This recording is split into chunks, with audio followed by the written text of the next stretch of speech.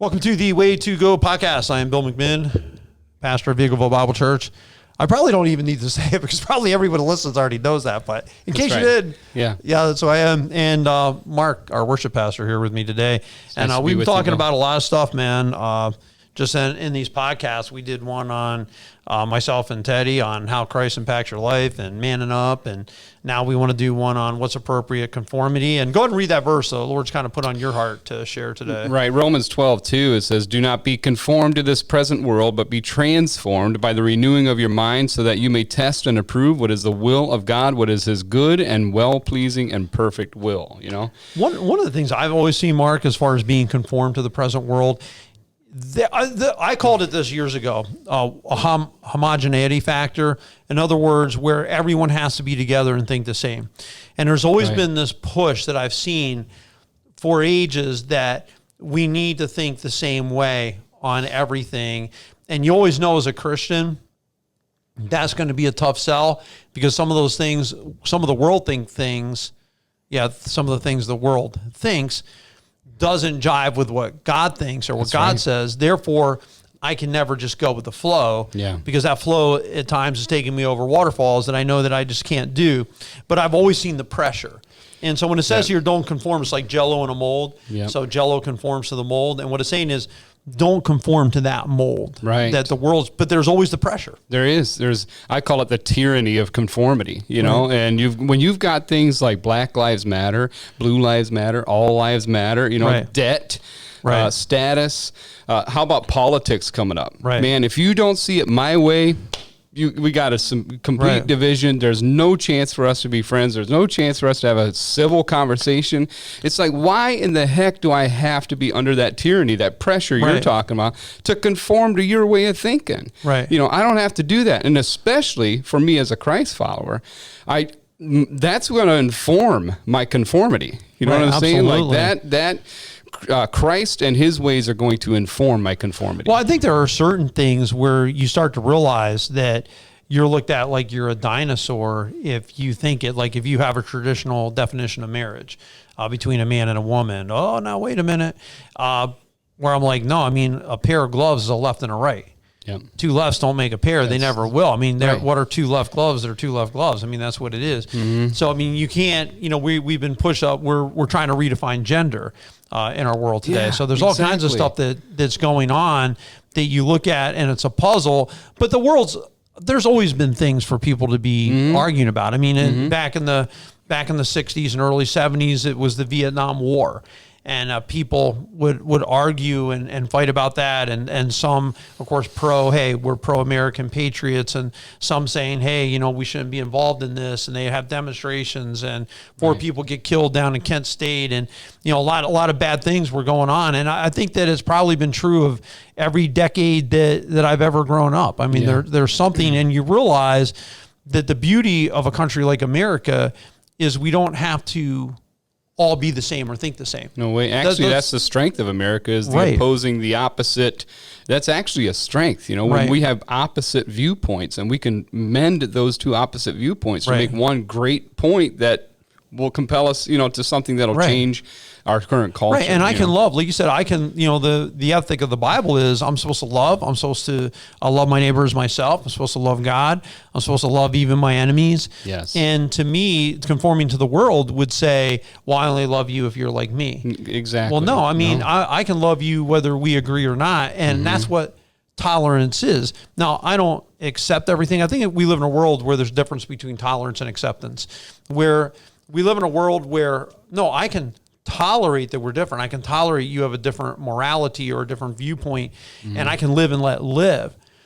What you can't make me do is to accept it or condone it. I don't have to accept it as the right way because we're at two totally different things. You think going right is the proper way. I think going this way is the proper way.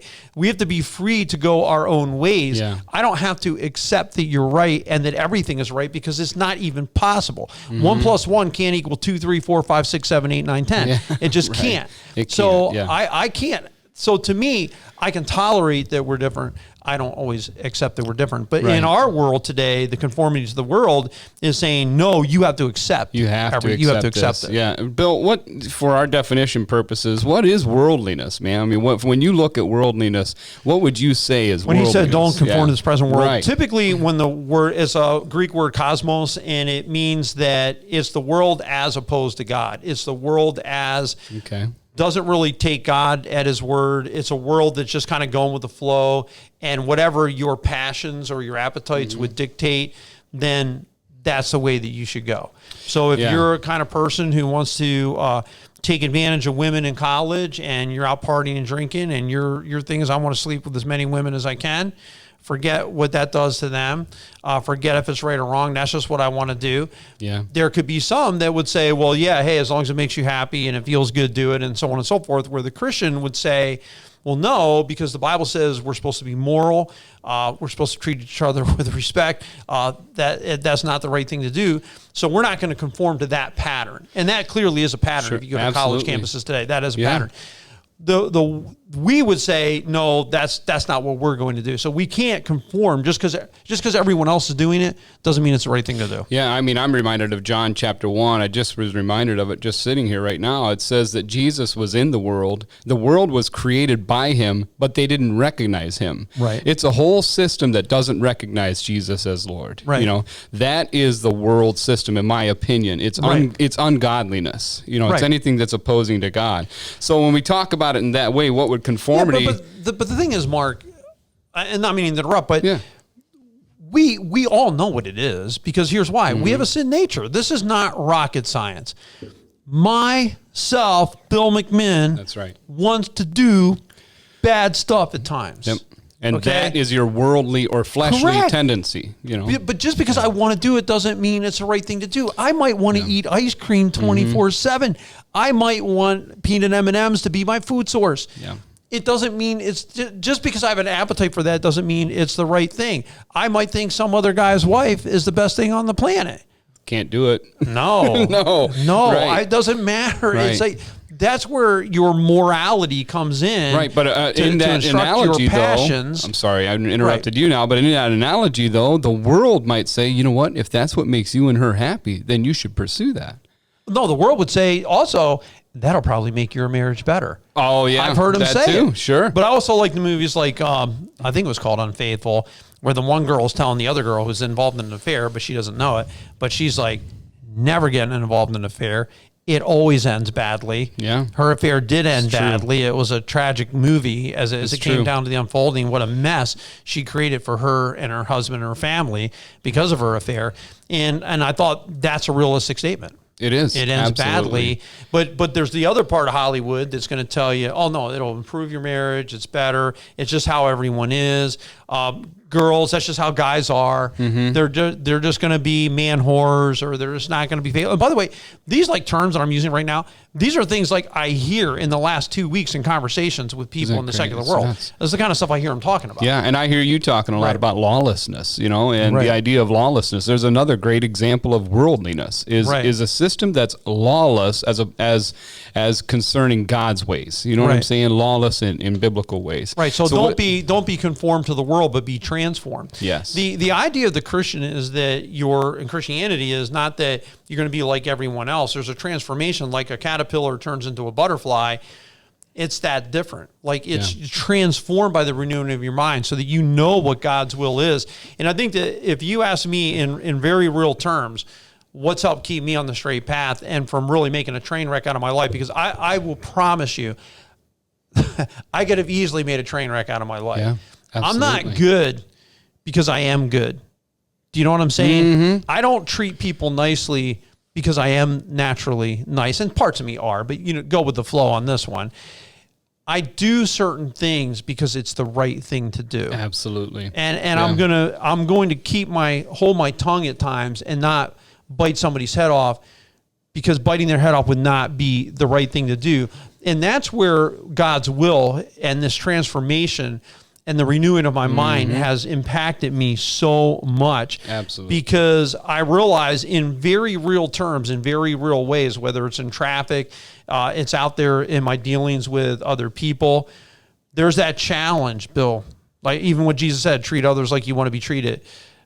There's that challenge, man. That's out there. I'm not saying I get that 100% right. I'm just saying that's helped me to be transformational, to know what God said. You're going to have a tough time being transformed by the renewing of your mind if you don't know what God's pattern looks like. Like if you don't know the 10 Commandments, let's say, for instance, right? Yeah, exactly right. I mean, I've got 2 Corinthians 5:17 here. So then if anyone is in Christ, he's a new creation. What's old has passed away. Look, what's new has come. And Jesus, when he's talking to Nicodemus, what did he tell him? You have to be born again, man. You got to be born again. What that means is like in your spirit, you got to take on a whole new creation. Right. That creation that God puts into us. Right. You know, it's not about willpower. It's not about, striving on our own.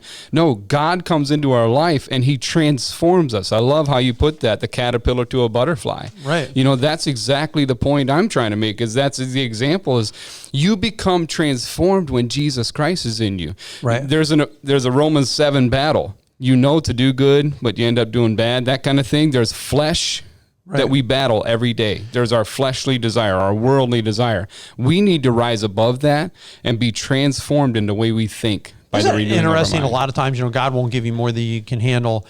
And there are times, Mark, where I felt in my life that you come later on in your years and then God's starting to work on certain things and you wonder, well, why not sooner? Well, because God was working on other things earlier. Yeah. And he didn't do it all at once. I've seen people come to put their faith in Christ. I've seen some really struggle to get away from, let's say, addictive drugs. Yes. Some people was overnight. I've seen people, like one guy, I remember, he came to the Lord, and without me saying anything to him about it, he quits drinking, he quits smoking, he quits cursing, he starts going to church, he starts getting to his Bible.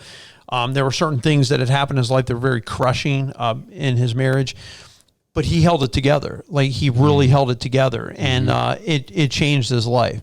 And this guy became so different, was he, that his family actually thought he was sick. Wow. They thought something was physically wrong with him because they could see such a change in this man. That's amazing. And I've seen some where it's been really fast. I've seen others where you're wondering, when are you going to get free of that again? Like, when's that going to be over? Because it seems to me that was pretty clear, like the way we should go. But it just takes time. People are on different spots in their journey with Christ. So. I think, transformation happens in an instant. Sanctification happens over your lifetime. Right. You know what I'm saying? So you become more like Christ as you go on. Immediately, my mouth was changed when I came to Christ, in 07. My mouth was filthy before that. And after that, man, it was like God completely transformed the way I talk, But did I have a problem with pornography still? Absolutely. And I had to work through that, man, to overcome that addiction to that sin, you know?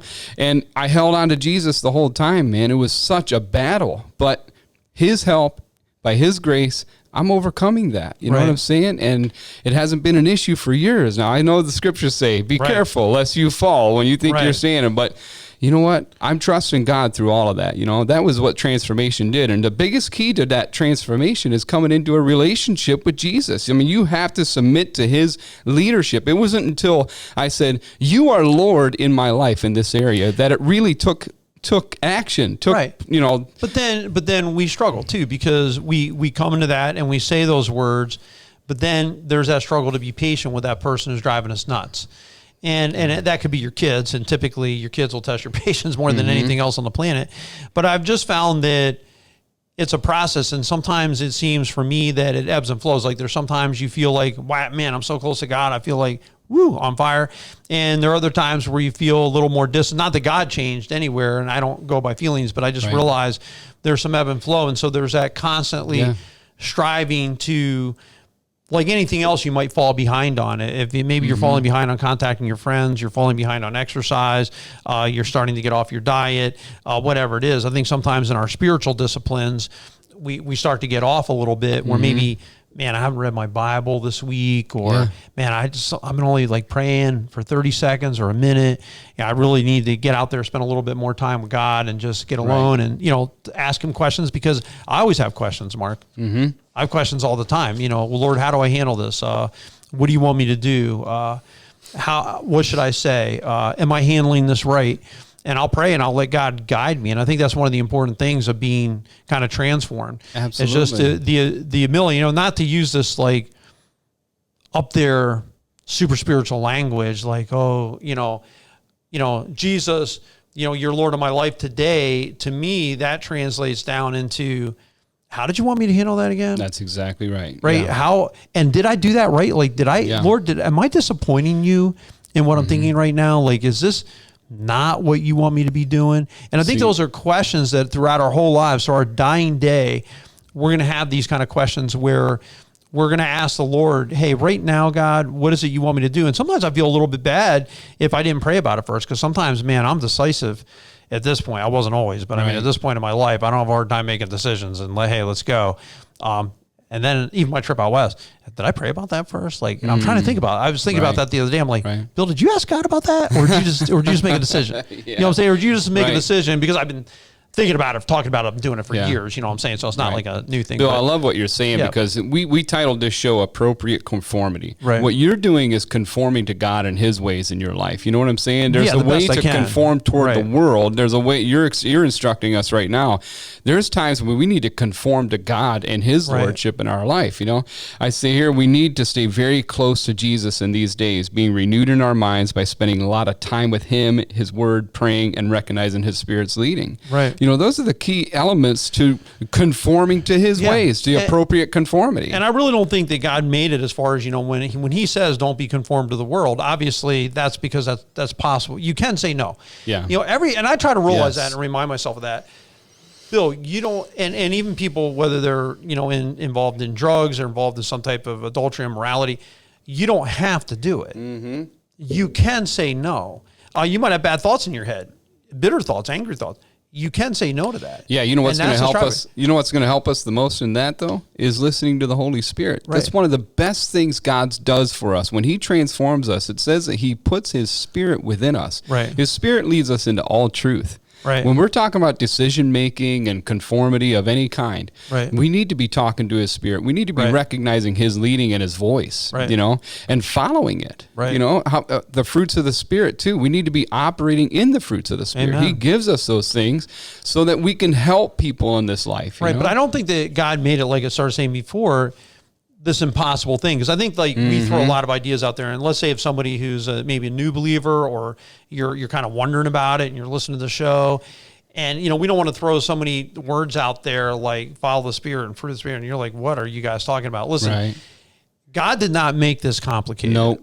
He didn't. And although some of those terms may seem like, I don't know if I can ever get this. No, you can. It's a matter for me of simply, okay, I want to read some of that Bible. I want to see what you're saying. Like James said, it was a very simple book. Just look in the mirror of the Bible. Just look in that mirror and think about it. Now, what do I look like compared to that mirror? What do I need to work on? Yeah. And as God points things out to you, you work on it, and you're just praying for direction. And what you'll see is God will do his thing, because we're talking a lot about what God does in our lives too. You know what I'm saying? God's stuff's God stuff. Yep. I don't have to worry about God doing. God's going to transform me. Yeah. God's going to work. God's going to show me the way. All I have to do is be open. Bill, last night it was so great. I was done praying with my son, and I told him good night and everything. I stood up to walk out of the room. He goes, Dad, I got a question for you. He says, why does it say that loving God with all of our heart, soul, mind, and strength is the most important command? Aren't all of his commands important? Right. I said, man, it's a great question, son. I said, you know what? You know why it says it's the most important? It's not because the other commands don't matter. It's because the other commands all are fulfilled when you do those two. Right. When you love God with all of your heart, your soul, your mind, and your strength, and when you love others, you're fulfilling all of the other commands. You won't go against the other commands of God. You know what I'm saying? So it's simple. It's simple. God's commands are simple. Let's put it this way. Yeah. You won't go against the commands and not feel badly about it. You won't. I mean, we all make mistakes and we all transgress. But when you really love the Lord and you feel like, that's not what he wanted me to do, that's going to bother. It's just like your spouse. I mean, I love my wife. And because I love my wife, the biggest thing I want is for her to be happy. Yeah, that's right. Man, if I live life and I come to the end of my life and my wife is not happy with me as a husband, I'll tell you, I did something way wrong. Yep. Way wrong. Because I love her, I want her to be happy. And because she loves me, she wants me to be happy. And I think when we love God, we're want to do, hey, what does God want me to do? Right. Like that's a big deal. Yeah. We appreciate you tuning in. This Way to Go podcast. I appreciate Mark, who did a lot of work on this show. And also really appreciate your work and your leadership in this, and just, the way God works in your life. And I think for both of us, it's just honestly coming before the Lord every day. It's not rocket science. It doesn't take degrees to do this. Right. It's just a matter of just being open, saying, Lord, work in my life. Bringing glory to him. Yep. Right? Yeah. Have a great and a blessed week.